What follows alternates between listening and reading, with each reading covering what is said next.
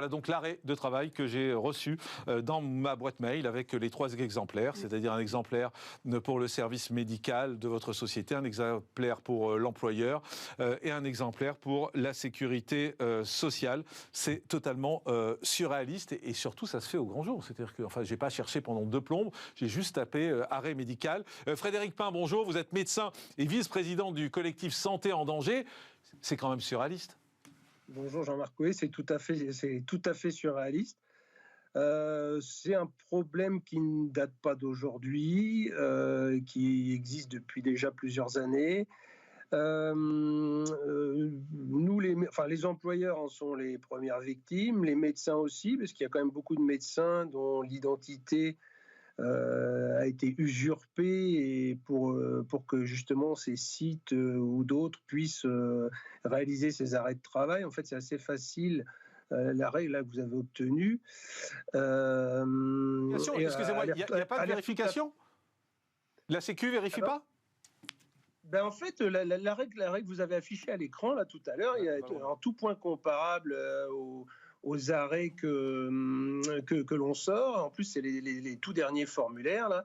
Donc c'est en tout point identique. Apparemment, la sécurité sociale a du retard dans les contrôles et est en train de développer des moyens de contrôle, mais apparemment, ils ont d'énormes difficultés à débusquer les faux arrêts de maladie. D'une part, parce qu'en fait, souvent, elles sont usurpées nos identités parce qu'on a 2 numéros d'identifiant, un numéro du Conseil de l'Ordre et puis un numéro du répertoire partagé des professionnels de santé qui sont en fait accessibles très facilement puisque en fait ils sont sur toutes nos ordonnances, donc n'importe qui peut y avoir accès et je pense que les gens qui ont monté ces sites utilisent ça parce que souvent c'est des arrêts qui sont au nom de médecins. Ça peut être très bien. Donc ça veut dire que ça veut dire que c'est un vrai médecin a priori dont l'identité aurait été usurpée. Exactement. Parce que ça donne en bas, moi j'ai le nom d'un médecin, j'ai un identifiant, j'ai la signature d'un médecin et j'ai même son adresse email. Ouais, mais je ne suis pas du tout sûr que ça soit le médecin en question qui ait fait l'arrêt. C'est très probablement pas ça.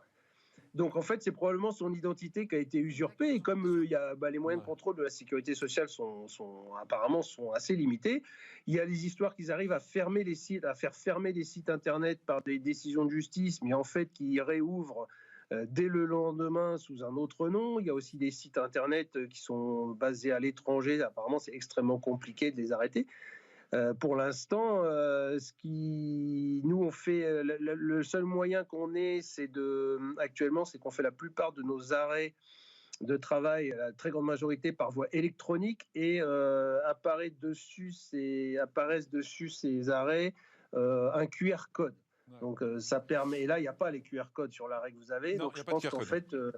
C'est ça qui va se développer, la sécurité, mais c'est extrêmement complexe. Et j'ai cherché, pour tout vous dire, on a cherché le nom du médecin, parce que je me suis dit, on va essayer de le contacter.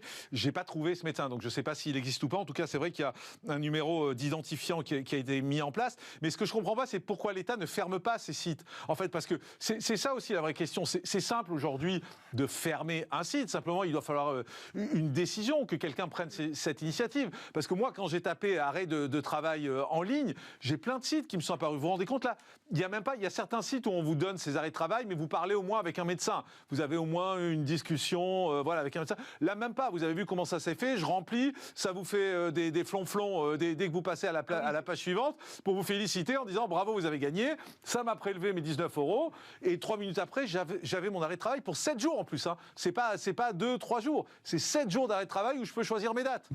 Ah mais tout est illégal parce que on peut avoir des arrêts de travail en téléconsultation à condition qu'il y ait vraiment une téléconsultation avec un médecin et c'est limité à 3 jours. Donc là, en fait, non seulement il n'y a pas de consultation avec un médecin, en plus les durées ne sont pas respectées, mais en fait l'État ne peut pas les fermer si simplement ça. Regardez, docteur, regardez, si on peut mettre plein pot l'image, voilà. Regardez ce qui est écrit en bas. Il parle de nous. Le Figaro, Le Parisien, Le Monde, TF1, France TV, France Info. En fait, c'est-à-dire qu'ils expliquent qu'il y a des articles. Alors, ils vont peut-être ajouter CNews dans les jours qui viennent. Mais c'est surréaliste quand même. Comment ces sites peuvent continuer à exister ? Je pense qu'en France, on en revient toujours au même. C'est pas que propre à la santé. C'est quand même que les gens qui font ça ont un sentiment d'impunité et en fait, dans les faits, ils risquent rien. Et tout à fait en bas de la page, il y a écrit 3 millions de certificats depuis 2018. Alors, je ne sais pas si c'est vrai.